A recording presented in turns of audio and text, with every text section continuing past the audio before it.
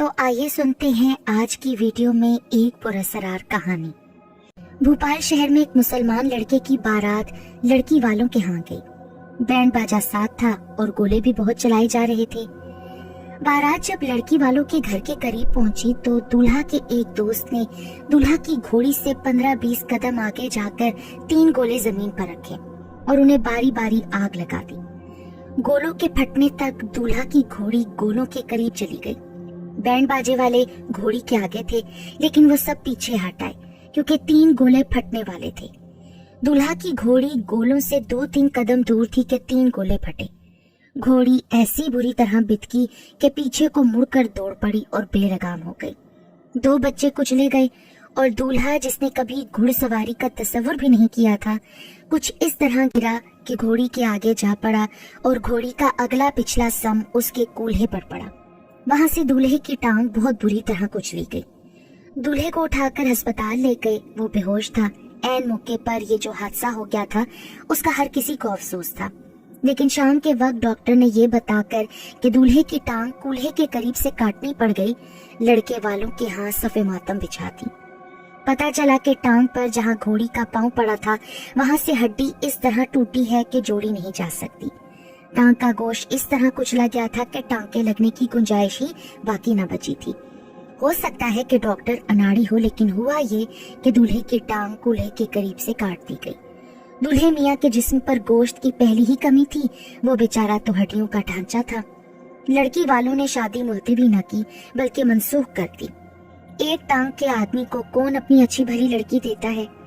यहाँ से ये कहानी 4 दीवारी की दुनिया के अंदर चली जाती है। जिस दुल्हन को लाने के लिए ये बारात जा रही थी वो उस दूल्हे को पसंद नहीं करती थी। ये राज कुछ अरसे बाद खुला था।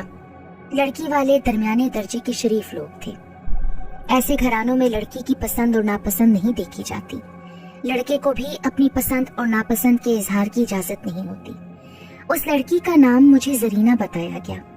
राज ये खुला था कि लड़की को एक और लड़का और उसका घराना बहुत ही पसंद था। उसने उस लड़के को, जिसका नाम मुझे फहीम बताया गया, देखा हुआ था और उसके मुतालिक वो बड़ी अच्छी बातें सुनती रहती थी। फहीम का घराना कुशादा, ज़र्फी और खलूस के लिहाज से मशहूर था। जरीना और फहीम का आपस में कभी आमना सामना भी नहीं हुआ था। ये दूल्हा जो घोड़ी से गिरा था कमजोर और छोटे से कद का लड़का था। उसका रंग भी गहरा सांवला था। उसके मुकाबले में जरीना सही मानों में खूबसूरत लड़की थी। 4 दीवारी की दुनिया में किसी का कोई राज छुपा नहीं रह सकता। जरीना का रिश्ता जब उस लड़के के साथ तय हो गया तो वो सहेलियों के आगे रोती थी। उसने यहाँ तक कहा था कि जी चाहता है कुछ खा कर मर जाऊं। भोपाल शहर के गिरदो निवा में एक पहाड़ी के दामन में छोटा सा एक गांव था। वहाँ एक आमिल रहता था जिसके मुतालिक मशहूर था कि उसके पास ऐसा इल्म है कि वो तरंग में आ जाए तो स्याह को सफेद कर दे। उसे बाज लोग काला इल्म कहते और कुछ लोग कहते थे कि उसके कब्जे में जिन्नात हैं जो उसका हुक्म मानते हैं। वो जिन्नात का बाकायदा दरबार लगाता है। उन्हीं जिन्नात की मदद से वो नामुमकिन को मुमकिन बना देता है। जरीना ने औरतों की जुबानी उस आमिल की करामात के बहुत किस्से सुन रखे थे। इसे महज इत्तेफाक कहा जा सकता है कि जरीना उन आमिलों को नहीं मानती थी। उसे 2 सहेलियों ने मशवरा दिया कि उस आमिल के पास जाओ और उसे कहो कि ये रिश्ता टूट जाए और उसकी शादी फहीम से हो जाए। एक रोज जरीना उन 2 सहेलियों के साथ अपनी माँ को बताए बगैर आमिल के पास चली गई। आमिल ने उससे वाजिबी से पैसे लिए और कागज पर कुछ हिस्से लिखकर उसे दिए और कहा कि इस कागज पर अपना थूक लगाकर अपने बाहर वाले दरवाजे के करीब कहीं जमीन में दबा देना। आमिल ने उसे ये भी कहा था कि वो एक खतरा मोल ले रहा है। खतरा ये था कि उसने ये काम अपने एक जिन के सुपुर्द किया था कि उस दरवाजे में से सिर्फ वही शख्स दाखिल हो जिसे जरीना पसंद करती है, और अगर उसकी नापसंद का दूल्हा आ जाए तो उसको ऐसा भगाओ कि फिर कभी उधर आने का नाम ना ले।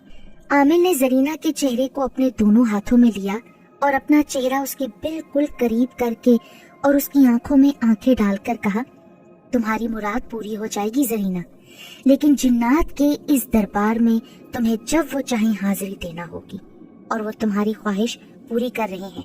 तुम्हें उनकी भी ख्वाहिश को पूरा करना पड़ेगा। आमिल का कहा हुआ एक एक लफ्ज पूरा हो गया था।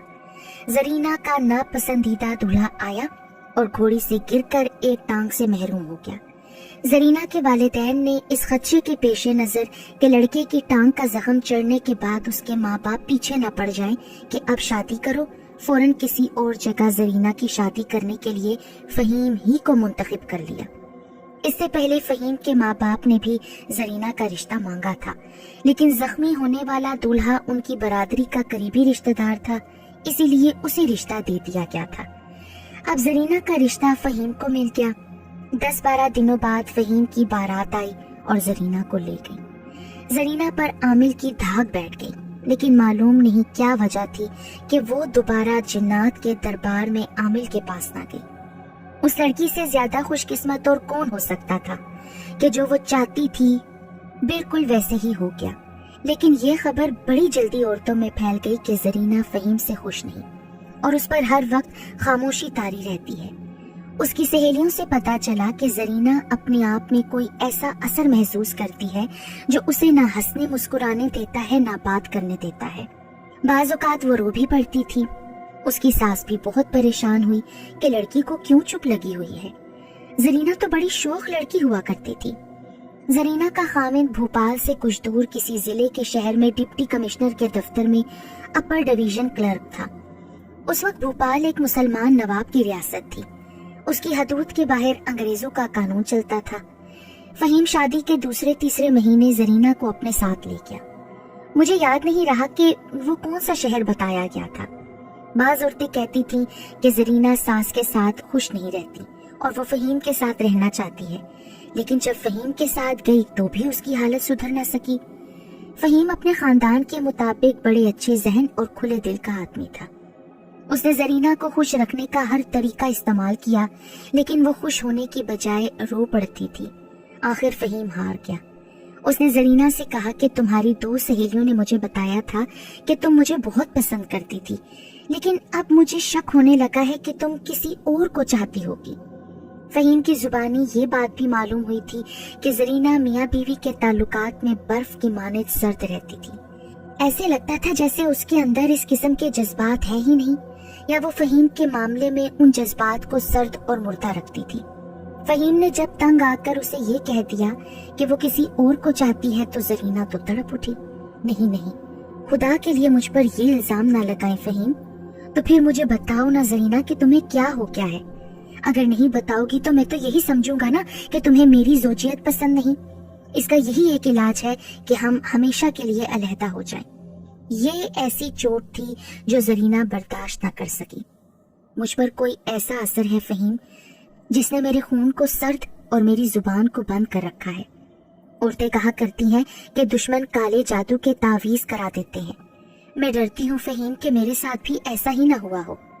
तो फिर मेरी अम्मी का शक सही मालूम होता है जरीना। अगर यही बात है तो ये उन्हीं लोगों के करतूत हैं जिनकी बारात आकर वापस चली गई थी। उन्होंने ये तो नहीं सोचा कि उनका लड़का बेकार हो गया है। वो चाहते थे कि उन्हें लड़की मिल जाए। तुम शायद ये जानती होगी कि हमारे शहर के करीब एक नक्शबंदी आमिल है जो इस किस्म के काले तावीज भी देता है और उनका तोड़ भी करता है। मैं आज ही अम्मी और अब्बू को खत लिखता हूँ कि उस आमिल के पास जाएं और वो उससे बात करें। उस नक्शबंदी आमिल का नाम सुनकर जरीना तो घबरा गई। उसने फहीम से कहा कि उस आमिल के पास ना जाएं। फहीम ने वजह पूछी तो जरीना ने गोल मोल सी वजह बताकर टालने की कोशिश की। फहीम अक्लमंद आदमी था। उसे कुछ शक हुआ और वो जरीना के पीछे पड़ गया कि इतने मशहूर और काबिल आमिल से वो क्यों घबराती है। यही वो राज है जो मैं आपसे छुपाने की कोशिश करती रही हूँ फहीम, और यही राज मुझे अंदर ही अंदर खाता रहा है। अब मैं ये राज आपके आगे रख देती हूँ और मैं अब महसूस करने लगी हूँ कि मुझे ये बात पहले ही बता देनी चाहिए थी। मैं पहले दूल्हा के साथ रिश्ता तय हो जाने पर अपनी 2 सहेलियों के साथ उस नक्शबंदी आमिल के पास गई थी और उसे कहा था कि ये रिश्ता मंसूख हो जाए और मेरी शादी आपके साथ हो जाए। उसने मुझे एक तावीज सा देकर कहा कि ये अपने घर के बाहर वाले दरवाजे के करीब जमीन में दबा देना। फिर तुम्हारे घर में तुम्हारी पसंद का आदमी बारात लेकर आएगा, और अगर कोई और दूल्हा बनकर आ गया तो फिर मेरे जिन उसे ऐसे तरीके से वापस भेजेंगे कि वो सारी उम्र याद रखेगा। फहीम, मैंने उसका तावीज अपने दरवाजे के बाहर दबा दिया था। फिर आपको भी मालूम है कि जो आदमी मुझे अच्छा नहीं लगता था वो बारात लेकर आया तो उसके साथ क्या हुआ था। اس کی ایک ٹانگ ہی کٹ گئی۔ آپ کو میرے رشتے کا جواب مل چکا تھا، لیکن میرے ماں باپ نے خود ہی آپ کے ابو اور امی کو پیغام بھیجا کہ ہماری لڑکی کے ساتھ بات پکی کر لو۔ یہ ایک معجزہ تھا، لیکن یہ معجزہ میرے لیے سزا بن گیا۔ وہ اس طرح کہ جب آپ کی بارات آئی تو میں بہت ہی خوش تھی، لیکن مجھے جب آپ کے کمرے میں بٹھا کر لڑکیاں باہر نکل گئیں تو میرے دل کو کچھ ہو گیا۔ میں نے سنا تھا کہ پہلے روز ہر دلہن گھبرایا کرتی ہے۔ میں بھی یہ سمجھی کہ یہ پہلی روز والی گھبراہٹ ہے جو آپ کی ملاقات کے بعد ختم ہو جائے گی، لیکن فہیم ایسا نہ ہوا۔ آپ جب کمرے میں آئے تو میرا دل اتنا بیٹھ گیا کہ میرا رونے کو جی کرنے لگا۔ میں نے اپنے سارے وجود میں سردی محسوس کی۔ میرا خیال تھا کہ آپ جب میرے جسم کو ہاتھ لگائیں گے تو آپ مجھ سے پوچھیں گے کہ تمہارا جسم اتنا سرد کیوں ہے۔ میرے وہ جذبات جنہیں آپ جگانا چاہتے تھے وہ مر گئے۔ ایک خوف میرے دل پر بیٹھنے لگا۔ میں نہیں جان سکتی تھی کہ یہ کیسا خوف ہے۔ آپ شاید یہ سمجھتے رہے ہوں گے کہ میں نئے گھر اور نئی زندگی کی وجہ سے گھبرائی ہوئی ہوں۔ دن کو عورتیں مجھے دیکھنے آتی رہیں، اس رونق میں میرا دل ٹھیک رہا، لیکن رات کو پھر وہی حالت ہو گئی۔ آپ نے مجھے کہا کہ تم بہت تھکی ہوئی ہو اور میں بھی تھک گیا ہوں، آج سو جاتے ہیں، تو میں بھی سو گئی۔ میں نے خواب دیکھا کہ میں اپنے پہلے دولہا کو دیکھنے ہسپتال جاتی ہوں۔ وہ لاش کی طرح بے ہوش پڑا ہے اور مجھے ایک آواز سنائی تھی، اس شخص کو تم نے قتل کیا ہے۔ میں پھر ڈر جاتی ہوں۔ پھر میرے دل میں یہی خیال بیٹھ جاتا ہے کہ اس آدمی کو میں نے عامل کے تعویذ سے قتل کیا ہے۔ میری آنکھ کھلی تو دل کی گھبراہٹ سے میرا پسینہ نکل آیا۔ میں سمجھ گئی کہ یہ آخر خوف کیسا ہے۔ بے شک اس آدمی کو میں پسند نہیں کرتی تھی جو میرا دولہا بن کر آیا تھا، لیکن میں نے اسے ساری عمر کے لیے ایک ٹانگ سے محروم کر دیا ہے۔ وہ مجھے زبردستی اٹھا کر اپنے گھر لے جانے نہیں آیا تھا، اس نے میرا رشتہ زبردستی نہیں لیا تھا۔ مختصراً یہ کہ زرینہ کے ضمیر پر اس جرم کا بوجھ آ پڑا کہ اس نے عامل نقش بندی سے کالے جادو کا ایسا سخت تعویذ لے کر اپنے پہلے دولہا کے راستے میں دبا دیا تھا، جس کی وجہ سے وہ اپنی ایک ٹانگ سے ہمیشہ کے لیے گیا۔ وہ اپنے آپ کو مجرم سمجھنے لگی۔ فہیم نے مان لیا کہ عامل نقش بندی کے علم اور عمل میں طاقت ہے، لیکن اس کے لیے زرینہ نے مسئلہ کھڑا کر دیا۔ فہیم نے زرینہ کا وہم دور کرنے کی بہت کوشش کی، لیکن زرینہ کی حالت بہتر نہ ہو سکی۔ پھر ایک اثر اور بھی ہے، زرینہ نے فہیم سے کہا، میں یہ راز بھی آپ کو دے دوں تو بہتر ہوگا۔ آپ سے کچھ چھپا کر میں محسوس کرتی ہوں جیسے میں آپ کو اپنا نہیں سمجھتی۔ بات یہ ہوئی تھی فہیم کہ عامل نے مجھے یہ بھی کہا تھا کہ اس نے میرا کام کرنے کے لیے ایک جن مقرر کر دیا ہے۔ اس نے مجھے بڑے عجیب طریقے سے کہا تھا کہ تمہیں کام ہو جانے کے بعد بھی یہاں آنا پڑے گا، اور جو جن تمہاری خواہش پوری کرے گا وہ ہو سکتا ہے تم سے اپنی بھی کوئی خواہش پوری کرنا چاہے۔ اگر تم نہ آئی تو یہ جن تمہیں نقصان پہنچائے گا۔ لیکن میں پھر کبھی عامل کے پاس نہ گئی۔ پھر عامل نے ایک عورت کی زبانی پیغام بھی بھیجا کہ تم نے جنات کے دربار میں اپنا پھیرا پورا نہیں کیا، یہ فوراً پورا کرو۔ فہیم نے زرینہ سے کہا کہ اسے وہاں جانا چاہیے تھا۔ زرینہ نے اسے بتایا کہ عورتوں سے پتا چلا تھا کہ عورت کے معاملے میں اس عامل کی نیت ٹھیک نہیں ہوتی۔ زرینہ نے فہیم سے کہا کہ اسے جس طریقے سے عامل نقش بندی نے کہا تھا کہ میں ایک بار اس کے پاس ضرور آؤں گی، اس بات سے میں نے اس کی نیت بھانپ لی تھی۔ میں نے اس عورت سے کہا تھا کہ انہیں کہنا کہ میرا آنا مشکل ہو گیا ہے کیونکہ میری شادی ہو گئی ہے۔ زرینہ نے فہیم کو بتایا، میں نے کہلا بھیجا تھا کہ آپ جتنے پیسے کہیں گے وہ میں بھیج دوں گی۔ عامل نے اپنے جن کو سامنے رکھ کر اپنی خواہش ظاہر کر دی اور اسی عورت کی زبانی کہلا بھیجا کہ تم نہیں آؤ گی تو میں تمہارے پہلے دولہا کے باپ کو بتا دوں گا کہ تم نے مجھ سے ان کے لڑکے کو جان سے مروانے کے لیے تعویذ کروائے تھے، اور اس کے عوض تم نے مجھے اپنا جسم پیش کیا تھا۔ عامل نے یہ بھی کہا کہ میں تمہارے موجودہ سسرال تک بھی یہ بات پہنچا دوں گا، اور میں یہ کام بھی کروں گا کہ جس جن نے تمہارا کام کیا ہے پھر وہ جن تمہیں چین سے بیٹھنے نہ دے۔ یہ دوسرا خوف یا وہم تھا جو زرینہ پر آسیب بن کر سوار ہو گیا تھا۔ عامل نقش بندی نے اسے یہ بھی کہا تھا کہ وہ ساری عمر ماں نہیں بن سکے گی۔ زرینہ نے فہیم کو بتایا کہ اسے یقین ہے کہ عامل نے اسے اس حالت میں لانے کے لیے کوئی عمل ضرور کیا ہے۔ زرینہ نے یہ بھی کہا کہ اس کے میاں بیوی کے مابین جذبات اتنے سرد ہو گئے ہیں کہ اسے کبھی بچہ نہیں ہوگا۔ فہیم کے دل میں زرینہ کے خلاف جو غلط فہمی تھی وہ نکل گئی، اس کی جگہ ہمدردی پیدا ہو گئی، लेकिन फहीम भी डर गया कि जिस आमिल ने एक आदमी को घोड़ी से गिराकर बेकार कर दिया है, उसने जरीना पर भी कोई अमल कर दिया होगा। उसने इरादा किया कि आमिल नक्शबंदी के पास जाए और उसे कुछ नजराना पेश करे, लेकिन उसने इस ख्याल से इरादा तोड़ दिया कि आमिल ये मुतालबा न कर बैठे कि अपनी बीवी को भेजो। फहीम बहुत परेशान हुआ। उसके दफ्तर का सुपरिटेंडेंट भी मुसलमान था। फहीम ने उसके सामने अपना मसला रखा। डिप्टी कमिश्नर के दफ्तर का ये सुपरिटेंडेंट, जो कोई रिजवी साहब था, हंस पड़ा। कहने लगा कि बेशतर आमिल नौसरबाज होते हैं और ये आमिल जरीना को ब्लैकमेल कर रहा है, लेकिन उसने जरीना के पहले दूल्हा को गोली से गिरा दिया था। ये उसके तावीज का असर था। अरे काले इल्म में तो इससे भी ज्यादा ताकत है, बूढ़े रिजवी ने कहा।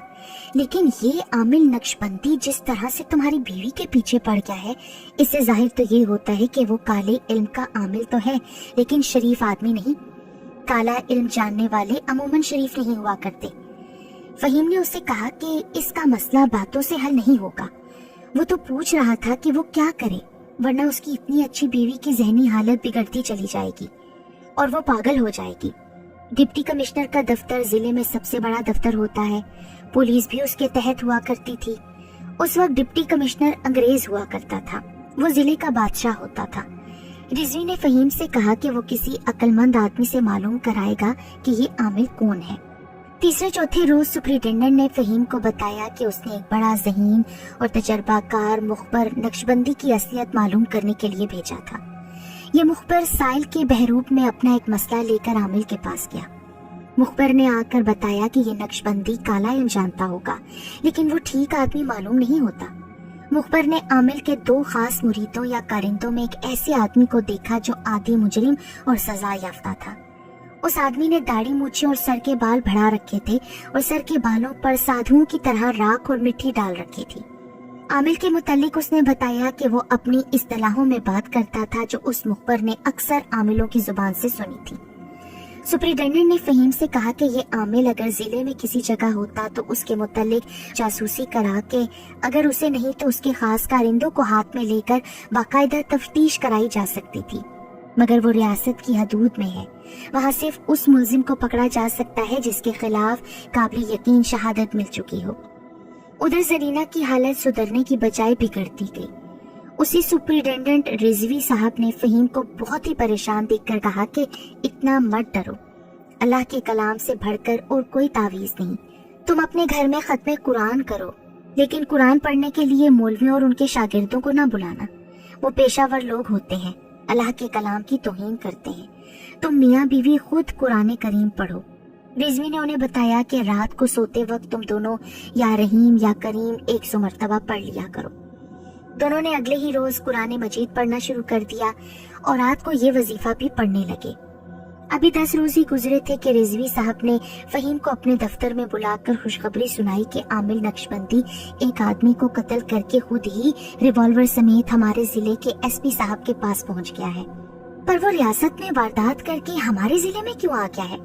मुझे अभी पूरी बात का पता नहीं चला फहीम, रिजवी साहब ने कहा। इतना ही पता चला है कि वो झांसी जेल का पुराना मफरूर था। शाम तक पूरी बात का पता चल जाएगा। अपनी बीवी को बता देना कि जिस आमिल का खौफ उसने अपने जहन पर सवार कर रखा था वो मफरूर कातिल था और अब उसने कत्ल की एक और वारदात की है और खुद ही पुलिस के पास आ गया है। अपनी बीवी से कहना कि उसके पास अगर कोई इतना ताकतवर इल्म था तो वो इस वारदात को हजम क्यों ना कर गया। और ये भी सोचने वाली बात है कि जो आदमी दावा करता है कि वो अपने काले इल्म के जरिए जिसे चाहे जान से मार सकता है, तो उसने रिवॉल्वर से क्यों कत्ल किया। फहीम ने रिजवी साहब से पूछा कि पहले दूल्हा की घोड़ी से गिरना और उसकी जगह मेरा दूल्हा बनकर आना उस आमिल का करिश्मा नहीं था क्या?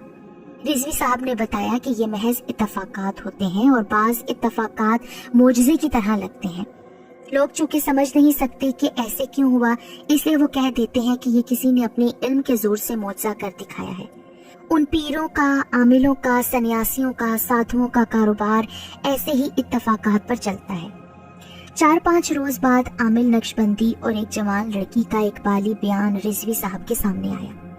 फहीम और जरीना के लिए ये मोजज़ा इस तरह रोनुमा हुआ कि जब जरीना एक वहम और खौफ के शिकंजे में आई हुई अंदर ही अंदर खुलती जा रही थी, उस वक्त एक रोज उस आमिल के पास एक नौजवान लड़की आई। उस लड़की को दरअसल आमिल के एक खास कारिंदे ने आमिल के सामने पेश किया था। उसने आमिल से कहा था कि तुम्हारे लिए एक ऐसा तोहफा लाया हूँ जो तुमने पहले कभी ख्वाब में भी ना देखा होगा। कारिंदे ने ये भी कहा कि मैंने इस तोहफे का जायका चख लिया है और अब तुम भी इससे ऐश और मौज कर लो। ये तोहफा एक नौजवान लड़की थी जिसने उस आमिल की शोहरत और उसके करिश्मे सुन रखे थे। वो देहात की 2-3 औरतों के साथ आई थी। नक्शबंदी आमिल के कारिंदे ने उस लड़की को देखा तो उसे अलग ले गया। उस पर अपनी जुबान का जादू चलाया और बताया कि आमिल नक्शबंदी किसी किसी खुशकिस्मत की मुराद पूरी करता है।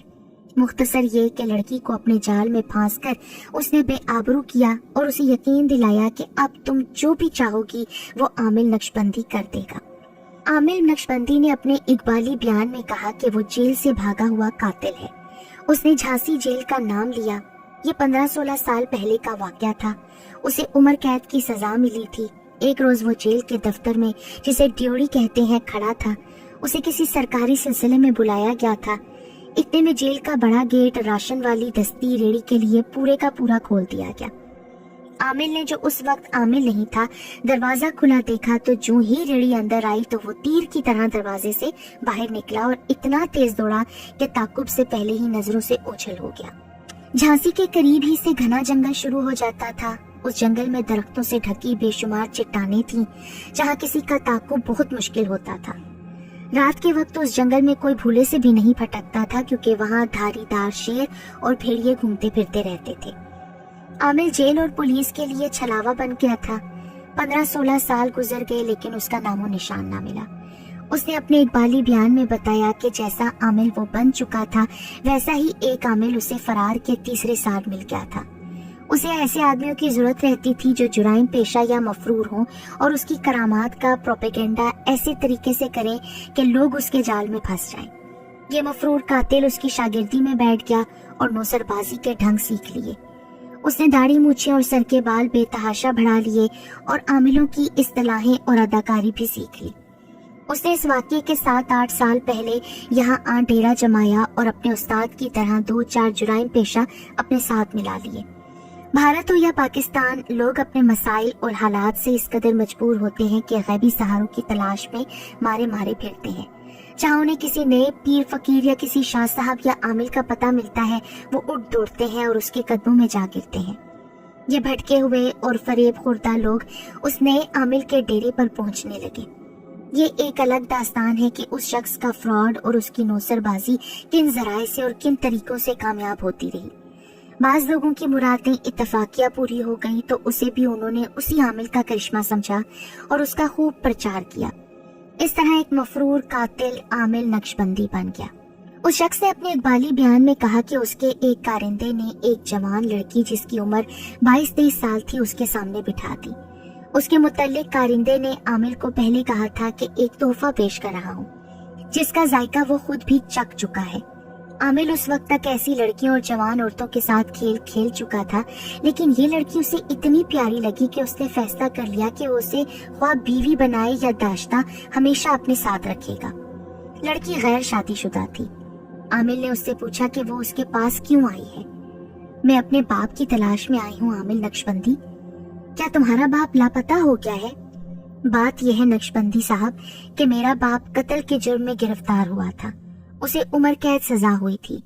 एक रोज पुलिस ने हमारे घर में दाखिल होकर सारे घर की तलाशी ली और मेरी माँ को थाने ले जाकर मारा पीटा। हमें बताया गया कि मेरा बाप झांसी जेल से भाग गया है। ये कब की बात है लड़की? उस वक्त तो मैं बच्ची थी। मेरी उम्र 5-6 साल थी। मुझे कत्ल का वाकया अच्छी तरह याद है। तुम्हारे बाप ने कैसे कत्ल किया था लड़की? वो जंगल के महकमे का मुलाजिम था। उसका नाम क्या था लड़की? करीमुद्दीन। उसे कामा कामा कहते थे। आमिल को बड़ी जोर का धचका लगा। उसने लड़की का हाथ अपने हाथ में ले लिया और पूछा, वो जंगल के डाक बंगले का चौकीदार था क्या? पर आपको कैसे पता चला नक्शबंदी साहब? हमें क्या मालूम नहीं। कहो तो तुम्हारे घर की सारी बातें बता दूं? आप कुछ भी ना बताएं नक्शबंदी साहब। आप मुझे ये बता दें कि मेरा बाप जिंदा है या मर चुका है। अगर जिंदा है तो बता दें कि वो कहाँ है। ये भी बताएं कि मैं और मेरी माँ उस तक पहुँच सकती हैं या नहीं। मैं आपको ये भी बता दूं कि आपने मुझसे नगद नजराना मांगा तो शायद मैं पूरी रकम ना दे सकूं। हम माँ बेटी बहुत गरीब हैं। मुझे अपनी लोंढी समझ लें, आपका हर हुक्म बजा लाऊंगी। आमिर नक्शबंदी, जो दरअसल करीमुद्दीन उर्फ कामा था, तड़प उठा। उसने अपने एक बाली बयान में कहा कि उसे याद आ गया कि उसके खास कारिंदे ने कहा था कि वो इस तोहफे का मजा चख चुका है। वो तोहफा यही लड़की थी। मुझे सच बताओ लड़की, मेरे जिस आदमी ने तुम्हें मुझ तक पहुंचाया है, उसने तुम्हारे साथ क्या सलूक किया? उसने मेरे साथ जो सलूक किया है वो मेरे लिए कोई नई बात नहीं है नक्शबंदी साहब। आप नहीं जानते कि मैं और मेरी माँ किस तरह जिंदगी बसर कर रही हैं। मेरी माँ एक बड़े घर में नौकरानी है। कभी कभी मुझे भी उस घर से बुलावा आता है और मुझे उस घर के बड़े बेटे का हुक्म मानना पड़ता है। इसीलिए मैं अपने बाप की तलाश में निकली हूँ। अगर वो कहीं मिल जाए तो हमारी इज्जत का मुहाफिज बने।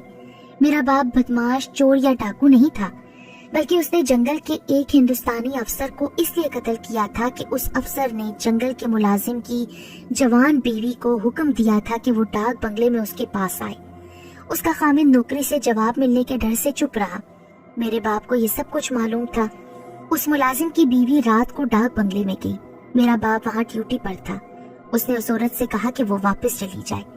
औरत रो पड़ी और बोली कि साहब का हुक्म ना माना तो कहाँ जाएंगे। वो रोती हुई डाक बंगले में साहब के कमरे में चली गई। साहब अपने आप को जंगल का बादशाह समझता था। उसने दरवाजा अंदर से बंद ना किया। उसने सबसे पहले औरत को शराब पिलाई। जब साहब नशे की हालत में उस औरत के साथ बेहुदा हरकतें करने लगा तो मेरा बाप अंदर चला गया। उसके पास महकमे की दी हुई राइफल थी। उसने साहब को गोली मार दी, लेकिन भागा नहीं, वहीं बैठा रहा। आधी रात के बाद दूसरे मुलाजमों की इत्तला पर पुलिस आई और वो पकड़ा गया। मेरा बाप जितना गैरतमंद था, मैं और मेरी माँ उतने ही बेगैरत हो गए हैं। आमिर नक्शबंदी, जो असल में करीमुद्दीन था और जिसे लोग कामा कामा कहकर पुकारते थे, अचानक उठ खड़ा हुआ। उसने अपने कारिंदे को आवाज दी जिसने लड़की का तोहफा उसे पेश किया था। कारिंदा आया तो कामे ने उससे पूछा कि ये है वो तोहफा जिसका तुमने जायका चखा है? उस जुराइम पेशा कारिंदे ने मस्ताना से लहजे में जवाब दिया कि हाँ, यही वो तोहफा है जिसका मैं मजा चख चुका हूँ।